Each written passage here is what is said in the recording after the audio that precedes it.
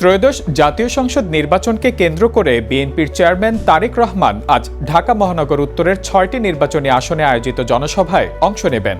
দলীয় সূত্র থেকে জানা যায়, দিনব্যাপী এই কর্মসূচির অংশ হিসেবে তিনি পর্যায়ক্রমে ঢাকা ১৭, ঢাকা ১৬, ঢাকা ১৫, ঢাকা ১৪, ঢাকা ১৩ ও ঢাকা ১১ আসনের জনসভায় বক্তব্য রাখবেন। দুপুর ২টায় ঢাকা ১৭ আসনে নিজ নির্বাচনী এলাকা ইসিবি চত্বরে প্রথম জনসভায় বক্তব্য দেবেন তারেক রহমান।